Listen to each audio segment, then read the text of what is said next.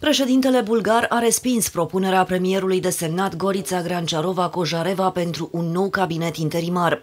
Planurile ei prevedeau păstrarea lui Calin Stoianov în funcția de ministru de interne, lucru pe care Rumen Radev a spus că nu îl va permite pentru că nu garantează desfășurarea unor alegeri corecte. Ситуация, аз обявявам и тук пред медиите, че няма да подпиша указ за назначаване на така предложеното ми правителство и съответно вашият ангажимент по съставянето на такова приключи. Actualul guvern interimar al lui Dimitar Glavcev rămâne la putere până când Parlamentul va prezenta o nouă listă de potențiali prim-ministri. Decizia președintelui a stabilit un precedent în Bulgaria, însă experții nu sunt siguri că această chestiune este una constituțională.